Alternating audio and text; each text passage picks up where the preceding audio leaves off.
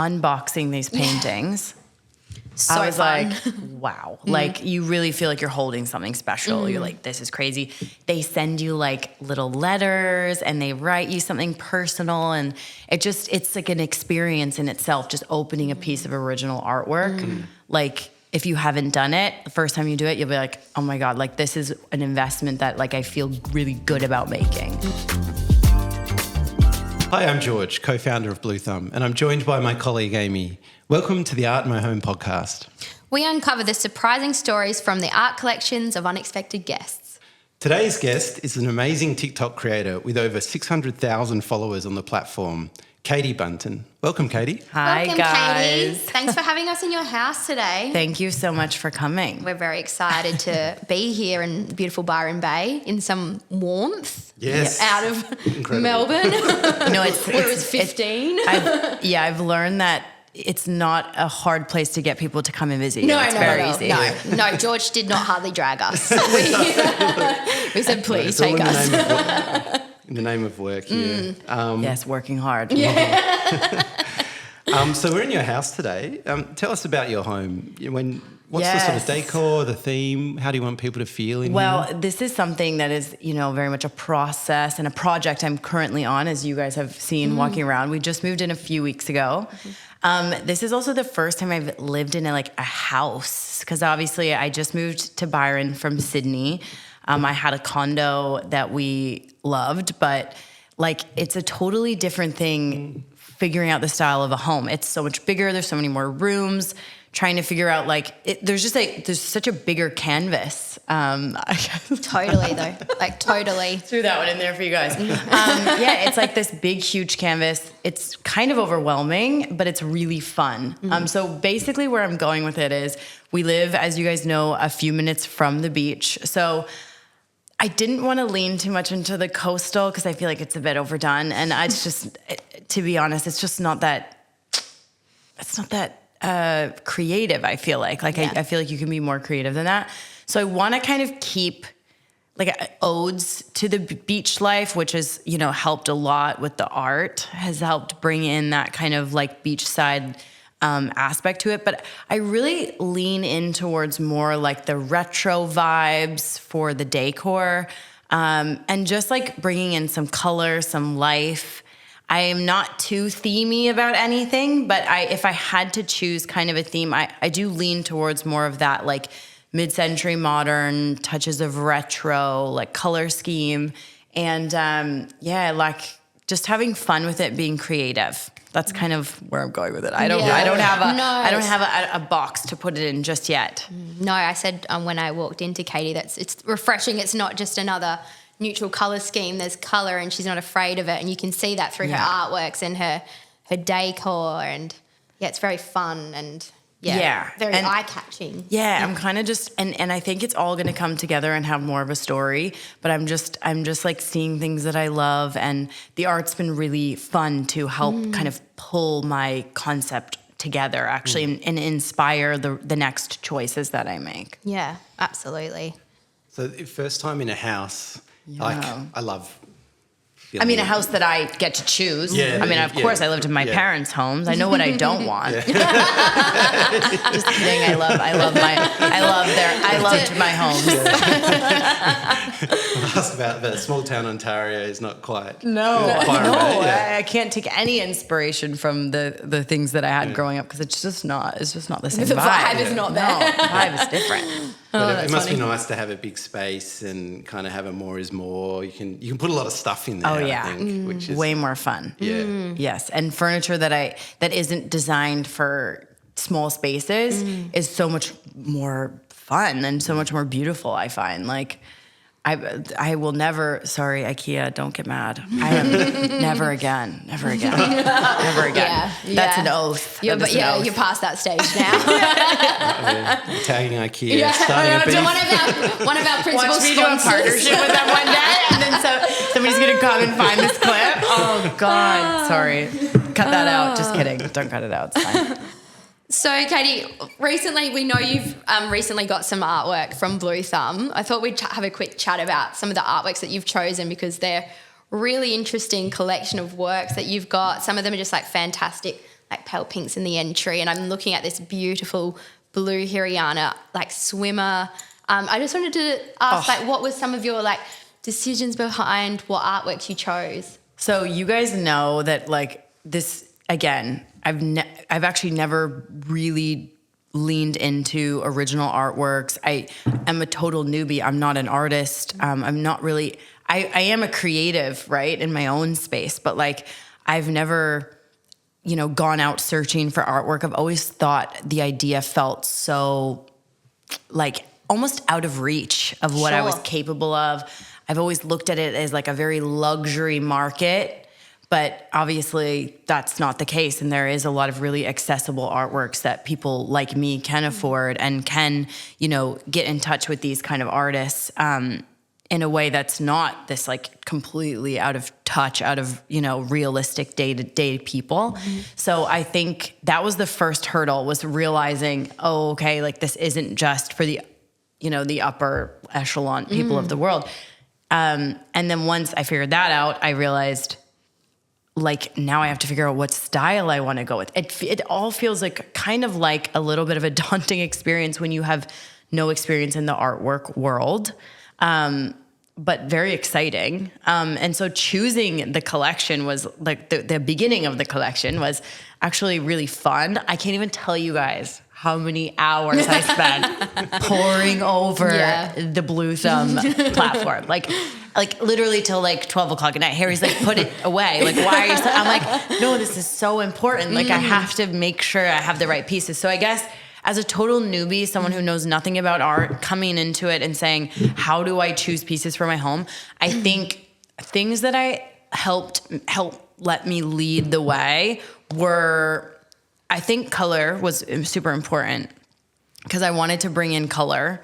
I don't want to have a purple couch, but like the artwork is where you can really get creative and play. So I knew I wanted to have fun color, and that was going to be a way to, again, get rid of like my anxiety about having the renters paint. So I knew I wanted color. And then I knew I also wanted the art to feel like it was connected to something in my real world. So as you guys walk through and I was talking to you about some of the pics that I made, I mentioned one of the artists was a twin mom. And like you guys know, that's my like heart and soul is the moms out there that I'm, living the same journey with. I love to especially support a twin mom. And so, I mean, it was an easy choice because her artwork is amazing. So that I wanted to like connect with things in my real life. As you guys know, the Tea Room series by Haranya, immediately when I saw that, I thought of my mother-in-law. She's Burmese and she's beautiful like these women in these paintings. My sons are obviously part Burmese as well. And so I didn't even know if the woman was Burmese or anything. It just immediately reminded me of her. And so I thought that would be really fun to like have an ode to that culture. Another thing that really spoke to me was this painting here, again, the Tea Room series by Haranya. My father-in-law, he owned a hotel on Coogee Beach for like 25 years. Oh. Awesome. Yeah, and it was called the Dive Hotel. I actually didn't get the chance to ever go there when they owned it, but they had a logo and it was a diver and it was called the Dive and the diver and the color scheme. And as soon as I saw that, I was like, I need it. Like, I need it. It's just like, it reminds me of that kind of legacy for him. And obviously like he's Australian. He was also in a creative space. I just thought it just made so much sense. And then I guess the overarching theme that I wanted to go with was and maybe I'm totally off on this, but I do feel like a bit of a mid-century vibe with a lot of the ones I chose, like a retro vibe. Again, like a lot of the furniture I'm choosing and the accents and the rug choice, like I'm kind of inspired in that space, not too themey about it, but that was the overarching inspiration as well, was kind of more mid-century. I didn't do any modern art really. Yeah. Maybe I think one's a little bit modern, but I didn't really go down that way. I wanted more like still life and things like that. And it sounds like a lot of it really connects to sort of your family and Yeah. means something to you in a family sense too, whether it's a father-in-law or a mother-in-law. Or, Yes. Yeah, that's a yes. beautiful connection. Yes, nice. my Australian family. Yeah.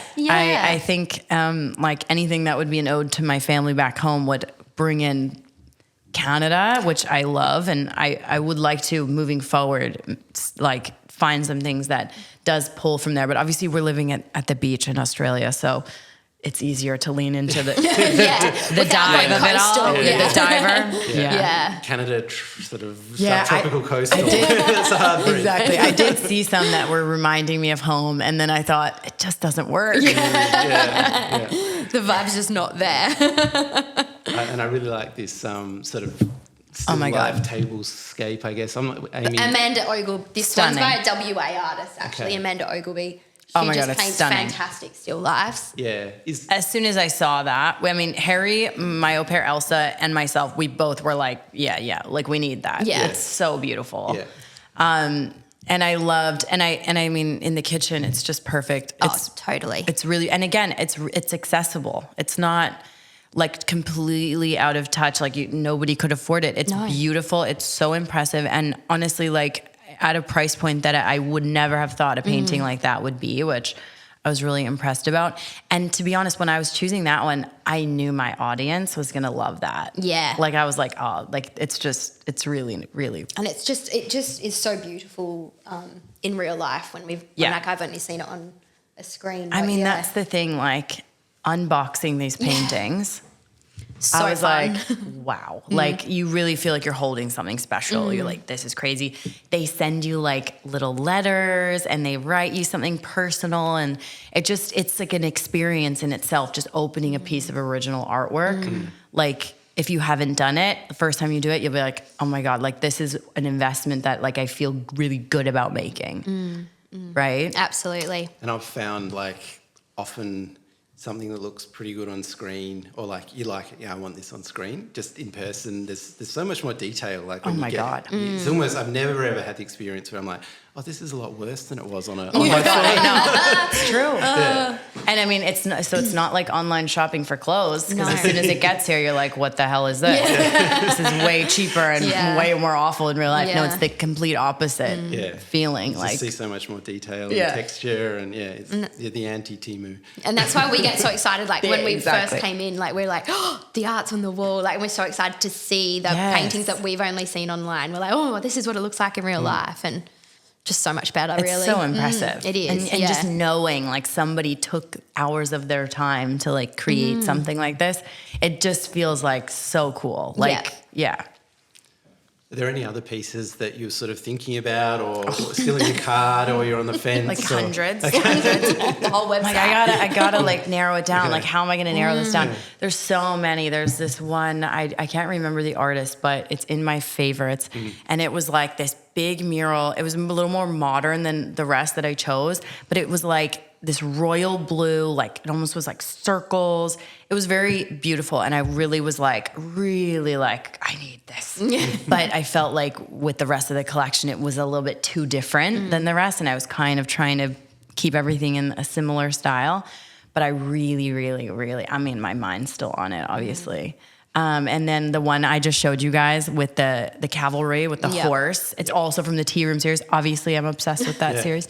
I really love that, but it's bold. And I was like, oh, like, will it pigeonhole me too much? Because I'm still, as you guys know, I'm still furnishing. So I didn't know if it would pigeonhole me too much. So I didn't go with that one. But so many that I would love. And there's still so much room on the walls here. So. True.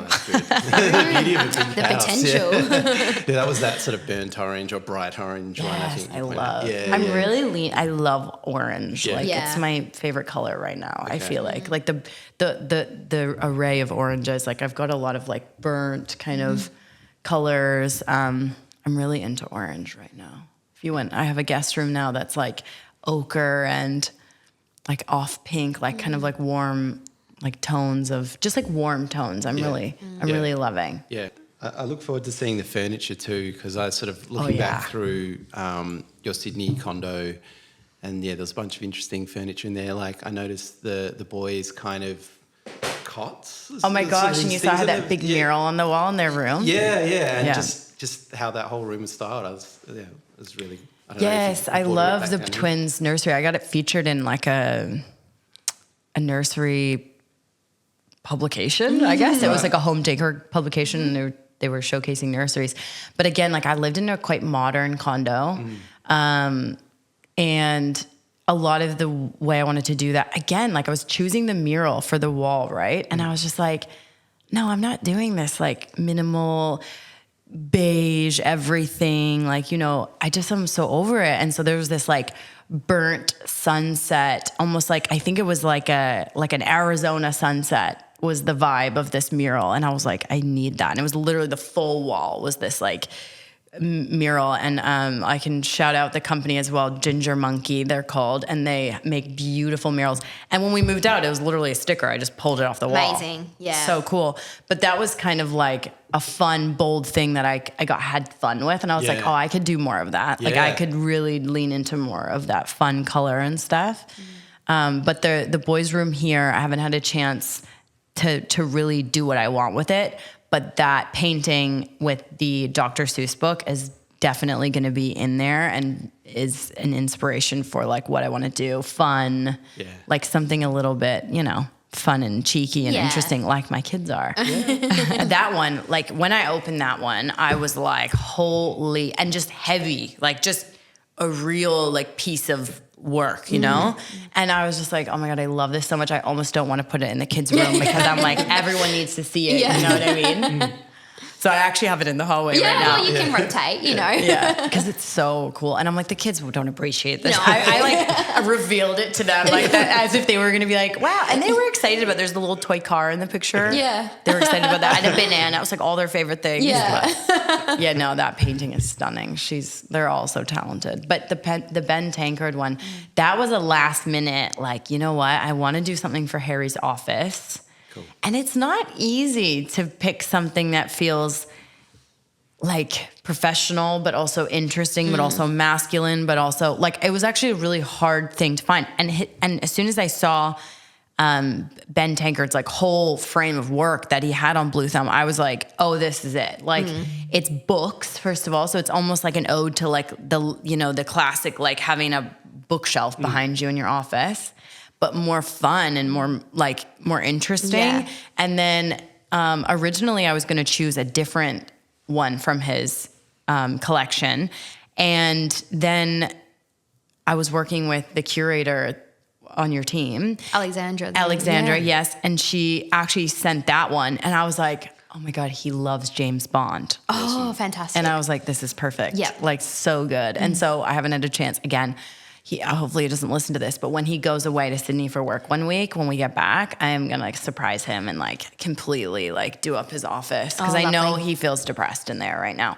And all it takes is a little bit of like artwork, a little bit of zhuzh. Yes. And I want him to not feel depressed when he's alone in his office. Like, work can be depressing. Yeah. Just need a little artwork. You need a surprise little color makeover for the office. I love that. Yeah. So stay tuned for that content. It's going to be good. Listening. Oh, that's awesome. Yeah, I was just saying I love Ben. I got my sister one as well. Yeah, it's so cool. Yeah.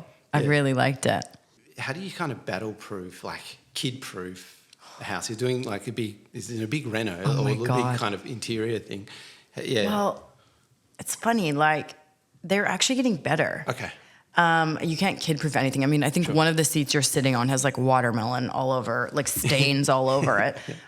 You can't I think, in this home, we have a playroom with a door that literally closes. And so now we have like compartmentalized what they're allowed to do. So they have a room where they can just like let it all out. And so they know when they're in here, it's like eat for eating, right? Like it's actually really funny. We've actually compartmentalized their energies. Like this is that room where you do this type of energy. You can wreck it. You can knock it over. You can do whatever you want. At the end of the day, I have twin boys that are very, very high energy, super active, but they're also they're at that point now where they do understand, that they can't just knock something off a shelf and haha, it's not funny, anymore. But they do want to wreck stuff. So just gotta funnel what they're wrecking, and give them something to wreck and allow them to wreck something. I've learned that you can't say no all the time. Like you have to let them get that energy out in some way. So I just have now designated spaces for them to act crazy. And then, we do our best. Go to your crazy space. Like this. And keep the art off the walls. Yeah. As you can see, all of it is high. Yeah. Nothing is going to be like a full wall because that's going to fall down. They'll be fun until they're teenagers, this one. Oh, yeah. And then they'll just, honestly, the other key is don't pay it too much attention. Like if you really don't want them to wreck something, don't tell them that. Like that's another thing. Yeah. Don't point it out. Like you really can't touch this because then that's going to make them want to touch it. So I have to teach my parents that all the time. Like if you don't want them to jump off of the couch, off of the back of the couch, down the stairs, like just don't like make a big deal about it. If they do it once, like just move on. Like nothing ever happened. As soon as you don't want them to do it, that's when they'll think it's... Reverse psychology, there you go. Reverse psychology is parenting 101, reverse psychology. Like literally just read about reverse psychology. Just the amount of times we use that and every day, all day, that's what we do. Yeah, how's it been moving Sydney to Byron? The people as well. I'm always super interested in how that's been, meeting people and... Well, it's been a completely different experience because when I moved to Sydney, I was, basically a tag along of someone who grew born and raised in Sydney. So he has like 100 million friends. I've never met anyone with so many friends as him. And it was more like moving to Sydney was more like, okay, well, how do I get these people to like me? Like versus like, how do I make friends? Because I already had friends, here's your friends. Now go ahead and try to get them to like you. Yeah. And that went well after a few years. But I love all my friends in Sydney so much. They're my friends now too. But so it was a totally different situation. Now we move here and we both are like clean slate. Like we have to make friends together.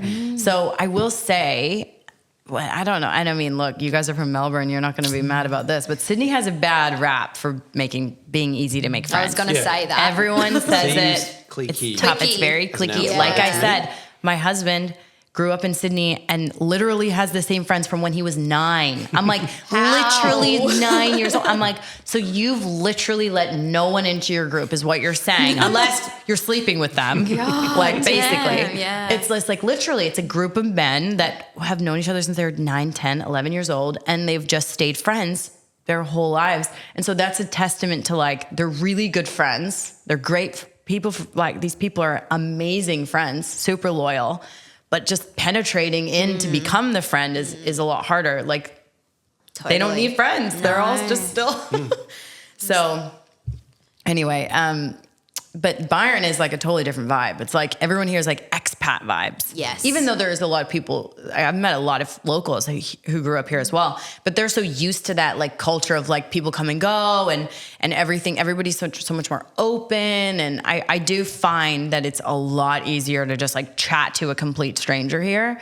Especially like as a mom. I mean, I lived in the same place for the first 2.5 years that I was a mom.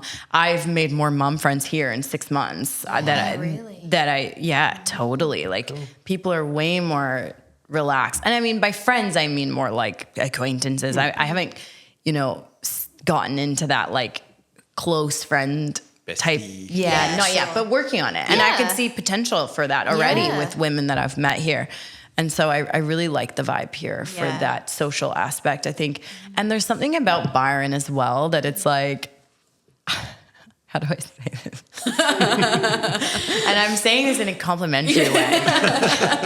But everyone kind of has a similar mindset, like in this town. I think we all come here searching for something similar. So anybody who's moved from Sydney, from Melbourne, from wherever, Brisbane, wherever they live, if you've moved to Byron, it's because you're craving something specific, and that is like probably a healthier lifestyle, like a place to heal, the ocean, like woo-woo or whatever you want to call it. All of us are looking for a little more of that in our lives. I don't know how much of that we're looking for, but more of it than we're getting in our city lives. And so there's just that common like interest, I think. Whereas like you're in a place like Melbourne and Sydney, it's like, it's a lot of everything, and which is great too. And I think for your early 20s, I think that's the best place to be, is somewhere where there's a lot of everything, where you're getting exposed to and meeting as many types of people from all over the world and different cultures and different lifestyles. I think your 20s need to be spent in a city, a metropolitan city, where you can really like figure out what your tribe is, your space, your creative, inspirations are. And then you can funnel yourselves in your 30s into somewhere that feels more like who you are, which takes a while to figure that out. And so Byron for me is like, it's me. Like, Sure. And I think it's inspirational.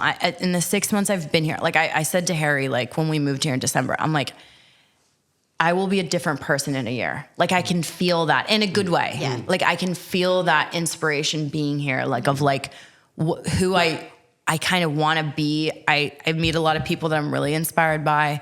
And for me, that's not about money, and it's not about like Sydney can be very caught up in that, like keeping up with the Joneses type of life. I don't give a shit, honestly. Like I don't. I put makeup on today for you guys, but like normally here, I don't wear makeup. Yeah. And in Sydney, I wasn't either, but like you get weird looks. It's like, I don't want to go get my hair blow dried every week. I don't care about that. Like I don't at all. I feel like just so much more like I can just lean into like who I really feel like I am more here, and not feel like I'm like not living up to a standard, you know? Fantastic, yeah. Especially in the content creator, influencer game that I've found myself in. I'm not a typical influencer, that traditional influencer that like people are used to. And so then I'm living in Sydney. I feel like, and now I'm an influencer. People are looking at me now. I feel like, do I have to like, do more? Like, do I have to always be? People are noticing me all the time. People are coming up to me, asking, saying that they recognize me. Like now I can't wear these track pants all day. Like, no, but I don't want to do that. Like, so I just feel like Byron's been really nice escape from feeling like that. Sure. Like I have to be somebody I'm not in the city. And had you been to Byron before you guys moved here? So many times. Yeah, I was going to say. I was like, sure you haven't moved here just without? No. No, so many times. Actually, the first time we came here, was when Harry proposed to me. Oh, beautiful. Yeah, so that was immediately a special place, just because a special thing happened, and then you have these like nostalgic, good vibe memories, right? And then every time I've traveled, every time I've traveled anywhere else in Australia, every single time I've said, we should have just went to Byron. Like, why do we even try? Yeah. We keep trying to make all these other places happen. It's like, it's not happening. It's not Byron. No. It should be. Yeah. And every time we're like, even like, sorry, Noosa. I'm just offending a lot of people today. I mean, we went to Noosa and I was just like, we should have went to Byron. Like, that's how I feel. And just, I don't know, I've always just loved it. I always say like, there's just no other place on earth like this. Yeah. You cannot find it, because at the end of the day, like if I really wanted to lean into that lifestyle that I'm craving a bit more of, I would go somewhere else than Byron. Byron still is like this place where it's like the Sydney people who like still want to eat really good food, and like, look, we still go to the nice restaurants in town, and like we still, want that. We still want that, but we also, want that super laid back, like beachside lifestyle. Like there's just no other place that does it like Byron. Just like the two worlds are meeting. Yeah. And the two worlds are just meeting in the middle, and you still have all the luxuries. I mean, the boutiques in town, the beautiful handmade clothing, like you just can't find a place like this. Like you just can't find it. You go to Bali, well, then you're getting Bali, and it's much more like one-dimensional, right? Sure. Whereas, this almost pulls like the best of Bali in my mind, and the best of Melbourne and Sydney, because there's obviously a lot of people who have moved here who are bringing that, high level of food. And then it's also a place where people from all over the world want to live here, right? So you go to this restaurant in the middle of the woods. Literally, there's a restaurant in the middle. You should go before you leave. It's called The Hut. You walk, and it's like you walked into in the middle of a cabin in the woods. And it's all these like European men who clearly are all had traveled here at some point in their life over the years and worked in hospitality. And the Europeans obviously have the best hospitality in the world. Like we all know that. And so like they've just created this absolutely amazing restaurant. The food is stunning. And it's in the middle of the woods, literally. Like, you just can't find this. Like, I just don't even get it. Like, you know? And so that's interesting to hear that people here are super friendly. And it's the vibe I get. Yes. Last time I was actually here at this beach, I went swimming and the short Hemsworth, Luke, was swimming. Oh, that one?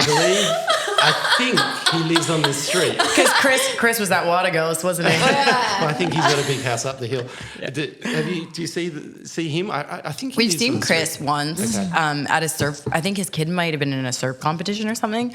But I was doing a surfing lesson and he showed up and he was watching, I think, one of his sons surfing. I haven't seen them. He was like trying to be inconspicuous. But I love the fact that they can just be normal people here, which I also think that's a rare thing. And I think it's very Byron, like just let people live, let them do what they want. Yeah.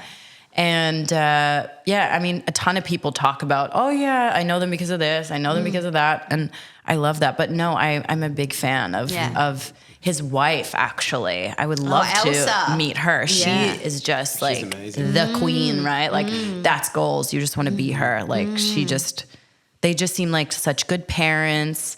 I love that they are family people and they just, when they're here, they're just like normal people. Yeah. And then they're like, somebody was like, oh yeah, I just saw them the other day. And then like the next day they were like at the Met Gala in New York. And you're like, what the hell? Yeah. Co-chairing the Met Gala. Just as you do. Flying back to have a swim at Safari. Yeah, and then back in time for surf lessons. Like so cool. With this new house, do the closets come with linen or do you have to buy it when you enter Byron?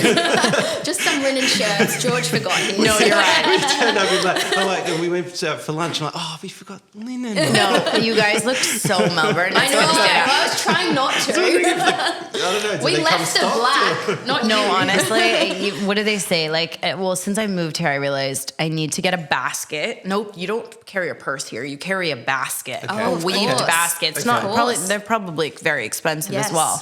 But you carry a basket. You have to wear a negnata. What? If you're a mummy here, yeah. A negnata. The Byron Bay is that when mummies. you carry the baby like no, that? No, a negnata is a negnata. brand. Oh, the it's brand. a brand. Yes, the activewear brand. And I had never heard of it. Again, sorry, negnata. I've never heard of it. Never noticed it, at least, until I moved here. And literally everyone wears it. Yeah. It's like a uniform. And but... They had a warehouse sale sign as we were driving in. Oh, did they? You want to be ahead of the curve? Yeah, that's why they're there. Get your negnata, go to the hut. What else do you guys need to know? The banana bread at Bayleaf, best banana bread I've ever tasted. We just had that. We're halfway there. Oh my God, guys, we're pretty get it. You get it. We're nearly Byron. Just add linen and but you're not wearing linen. Very awkward. Very awkward. So embarrassed. Katie, I wanted to ask how you originally got into your social media kind of start. Was it a hobby? It was like a little bit. I mean, I think it always starts out like a hobby, right? Sure. No one starts making money, but it was. I guess it was a plan. It wasn't like I was doing it knowing, like I wanted it to be something more. I went into it being like, I'm going to put effort into this. I hope that it can become something more because I was a stay-at-home mom and I wanted to not go back to work straight up. Like that's the reason why I wanted to take it on in like a business way. But of course it takes a little bit of luck and a lot of just truly just consistency and just doing it over and over again for free until, then you can figure it out and then people see your worth and you build an audience. But the actual way that I knew I could do something with it, which inspired me to actually try, was when I found out I was pregnant with the boys. It was COVID. The borders were shut down. I can't leave. I can't go anywhere. I found out I'm pregnant. Already crazy. Find out I'm pregnant with twins. Oh gosh. Yeah. Triple crazy. Double, quadruple crazy. And I was like freaking out truly about like the logistics of it. Like, how is this going to work? How do you breastfeed two babies at the same time? Like, and you have your village that you can usually talk to about all of these like things. And I didn't know anyone who had twins in real life. So I'm like, oh my God, like what am I going to do? So Google, and the twin moms will know this. Google for any mom pregnant is a scary place. Google for twin mom pregnant with twins is like a very scary space. Like, you just get all the horror stories. It's a high-risk pregnancy. Your OB's giving you all this stuff to worry about. And then you go on Google and every symptom is like the worst thing ever. So instead of that, I started literally just searching on Instagram, like the explore page. Like I would search twin moms, real moms on Instagram. And some were amazing. Like some were sharing like literally like step by step how to breastfeed twins, or step by step how they how they gave birth, or, all these things. And I thought, oh my God. And I was obsessed. I was like, at night, I'm like looking for these people and I'm direct messaging them, like begging them for answers. Like, do you have any, what crib should I get? Or how did you sleep your twins? Like, how did you do this? How did you do that? And I realized there's people out there who really want this. Like I felt like I couldn't find enough of it, and people weren't talking enough about it. And I was just like, I'm going to do this. Like, I'm going to share my whole story. I'm going to share everything. So then I just started at first just posting photos of my belly and just giving just honestly like the symptoms I was feeling. Hey, I'm this many weeks. This is the symptoms I'm feeling. This is what my OB is saying. This is what they're weighing. And people just started to like, it was just like people just started to connect, like, oh my God, like, thank you so much for sharing this. I'm like freaking out. I just found out I'm pregnant with twins. And that was just like from there how it went. It really was just me trying to fill a space where like I knew people wanted to know this stuff, and like I'm willing to be open and share it, because not everyone is, and rightfully so. It's not always the easiest thing to do, share your innermost intimate details of your life. So I really just started doing it that way. And then I jumped on the TikTok train, and then that went viral first. Actually, it was the first viral post I ever had was a Happy Father's Day post. And it was when the twins were like 2 months old or 3 months old. They were very little still. And I made it was when I didn't really know how to make video content at first, but I actually used TikTok because I had a really good video editor compared to Instagram. Instagram had like an awful, still to this day, it's not great. But I actually used the TikTok video editor to make this video because I wanted to post it on Instagram. But TikTok had this really clever, and this is so clever, they had this really clever thing where you couldn't save the video unless you posted it. So they were basically forcing, because they knew people were doing that. They were using it to make content for Instagram. So, but they still forced you to actually post it on TikTok. So it forced people to create content on TikTok.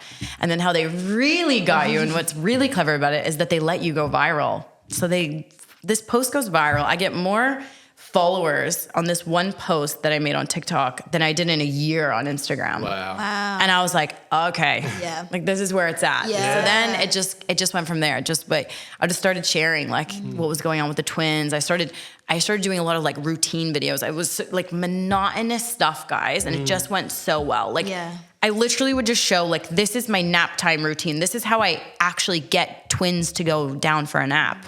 Like, because people are like, well, how am I going to do this? There's 2 babies crying. And I literally would just do a video of it.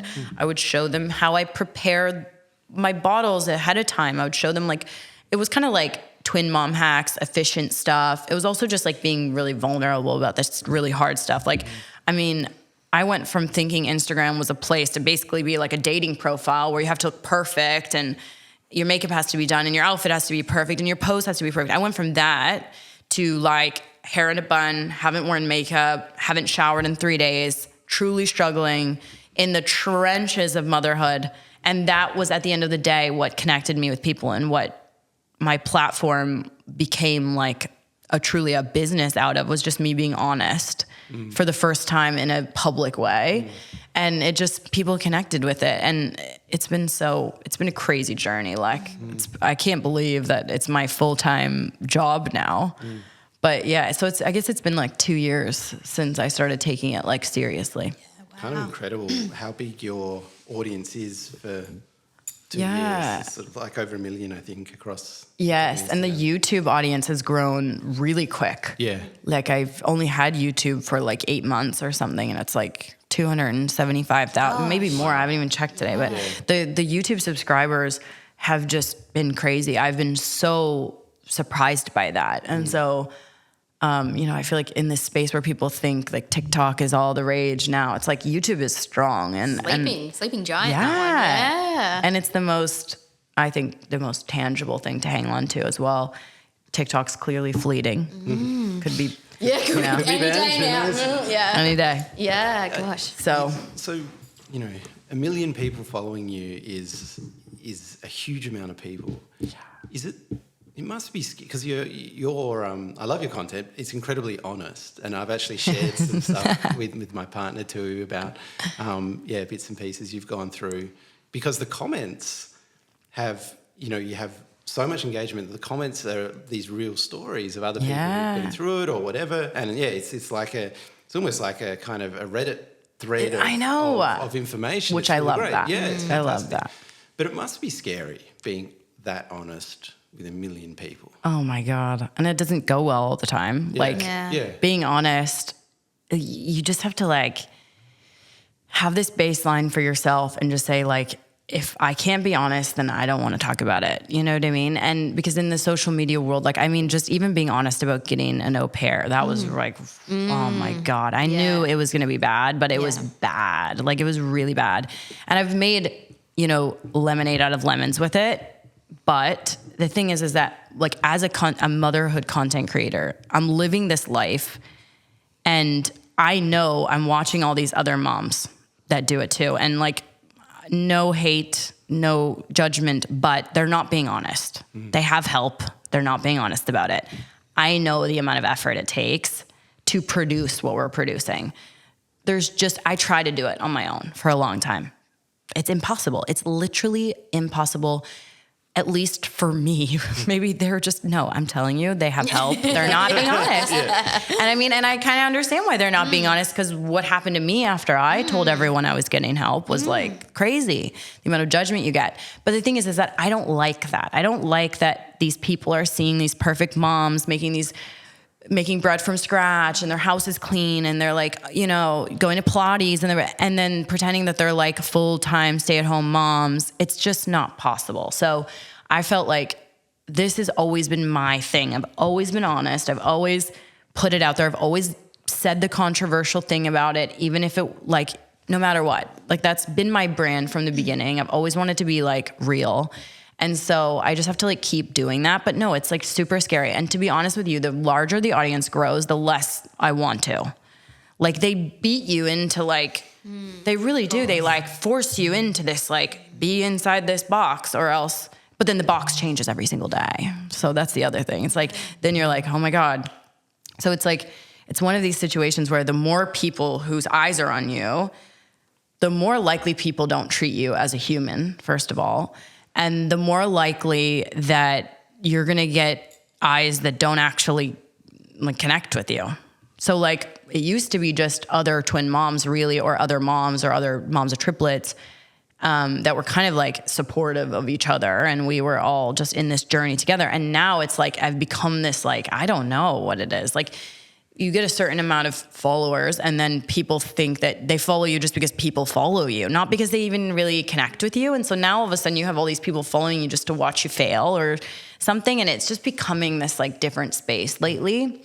I would say the last 6 months or so, where I do feel I get why people don't tell the truth now. Because I don't feel supportive. I don't feel this is a safe space. I feel people now we're in a therapy session. Yeah, I'm enjoying it. Yeah. God. Whoa. But yeah, it's definitely changed, and it's very scary. And I will say this, and a lot of moms will understand this too, is that, and I've gotten this comment a lot from other creators that aren't in the motherhood space, and they're you get a lot more shit than I do, doing what I do. But here's the thing, I always say this, social media is this pressure cooker, really potent reflection of reality. So whatever's happening on social media is happening in real life too, but just on a more watered down kind of level. So moms are taking this shit all the time. The passive aggressiveness from family, the judgment from other moms, moms deal with this in real life all the time, just not in such a potent, aggressive, in your face way that I deal with it on social media. But it is a reflection of how moms treat each other and how they judge each other and how nobody can do anything right ever as a mom. Like it's nonstop, the judgment that we feel like we're getting all the time.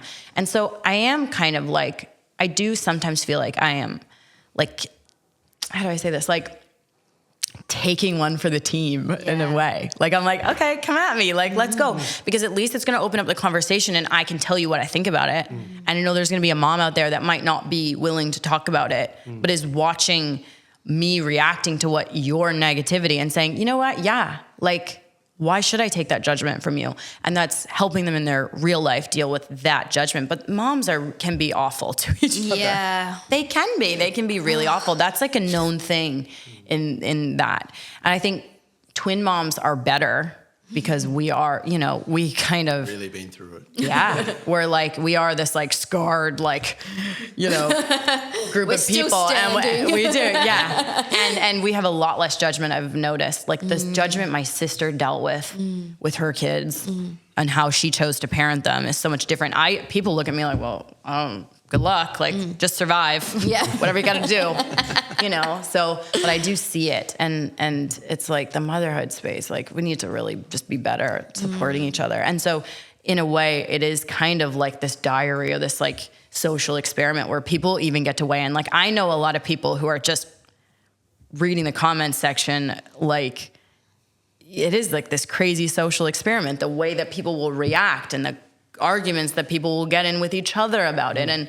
And then there's a lot of support too, but there's a lot of just, people judging moms. That's it's awful. Absolutely notice that in the comments. Yeah, it's wild. I noticed like an incredible positivity and So stories much. and sharing, but like also, that au pair thing is literally a conversation that came up with some friends on the weekend. It's like, why don't they never show the help? They clearly have help. It's such a good point, and it drives me crazy because I know what you're producing here. It takes a lot, Takes a and village. I'm like, man, like I can't film a video of myself talking and with my kids around.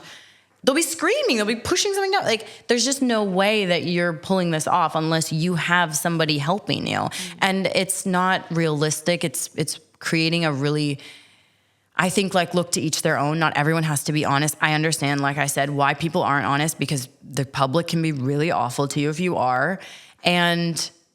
But the thing is that there's a lot of moms out there watching that are feeling really shitty about themselves, watching your perfect life, and they're wondering like, why is this not possible for me? And at the end of the day, it's just not real. Like, and people need to see a little bit. I always say to my followers, like, don't just follow people like me. Follow the people that romanticize motherhood too. Like, follow those people. Follow the people. I like to think of myself somewhere in the middle. Like, I definitely have an amazing life, and I share a lot of the amazing things that we're doing. But I also share, like, my shitty days too, and the days that I don't want to film. I'm like, you know what? I got to film because people need to see this is real. But I think it's important on your timeline to just almost like curate it so that you have like a little bit of everything. Sure. Right? Like, don't just lean into too much of the moms who are also like, I hate being a mom, because then you're like, why would I want to do this? Yeah. Only disasters, yeah. Okay, well, maybe we should talk about your heading overseas tomorrow. Oh my God, don't remind me. Well, yeah. This is like a nice hour of like not remembering that. Before the packing and everything. You're about to fly. How many hours with your boys? Yeah. Guys, I'm so scared. It's literally like, so we leave tomorrow. We'll leave here at like 9:30. We catch a flight to Sydney, and then we're actually going to stay overnight because we booked these flights before we even lived here. So, yeah, gosh. And then, so we're flying to Canada. My parents will pick us up at the airport, which is amazing. And then once we get there, it's just getting there. Once we're there, it's like all of my family will just take them off our hands. And your holiday might start. Oh my God, yeah. And then the real prize that we're looking forward to is Harry and I are going to be taking our first like trip away, just the two of us. So like we didn't even get to have a honeymoon last year. Like we haven't even had a weekend away together, the two of us. So this will be the first time both of us are leaving the boys.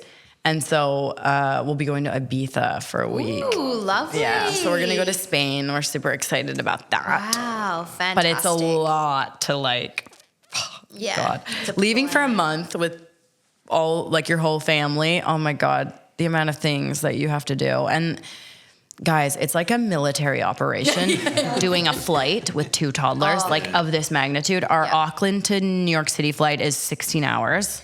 Gosh. It is, you guys just wait till you see the content. You're going to laugh so hard because I take this so seriously. Like, I literally have a military operation to get through these flights. So stay tuned. We wish you all the best with it. Thank you. I need the prayers. Yeah. I need the prayers. Yeah. This last anecdote before we wrap up. My co-founder and brother, Edward, he's gone to Europe. He has 3 kids and he's gone to Europe a couple of times with them, and it's a long way, obviously. And one flight, one of the long hauls, I think the kids were fairly energetic, I'd say. Over a 12-hour flight, one of them didn't sit down. Relaxed, apparently. Oh, yeah. For 12 hours. Oh, yeah, I get it. The hostie came by at the end and said, just to let you know, they sped up the flight 20 minutes because of your kids. Well, if that's the case, then we're like, get out there. Get out there. Start doing your laps. Get running. Put the foot down. I'm going to put his pedometer on. I'm going to say, get walking. Literally. And they'll sleep when they land. I don't know if that's a tip or if that's a warning, but anyway, That's hilarious. Yeah. But, oh, God, 20 minutes is a lot of time. When you're counting down, every second The pilot's counts. like, let's I think it's get for the rest of the passengers. It was a mercy speech. Oh, yes, the passengers. Oh, God. So just to wrap up, what's next? What's next for 2024 for you? For me, I think I really want to, I love sharing the brands that I love and promoting. I mean, obviously, like, if you want to make a business out of being a content creator, you really, you have like your content that you make for your heart, the stuff that you're super passionate about, but then you have to make money. So you do these brand deals and you share ideally the products that you love, and then the brands that you work with pay you, and that's how you make money. And that's fantastic, right? Like, I have a lot of fun. I feel like I'm my own ad agency or something at times, and it's been really creative and fun. But now that I've proven the concept to myself that I can sell products, like, I can sell things that I'm passionate about, and I can create ads, for things that I'm passionate about, I would like to do that for my own, stuff, ideally. So I don't exactly know where it's going, but, like, we're definitely in the creative process of trying to figure out, like,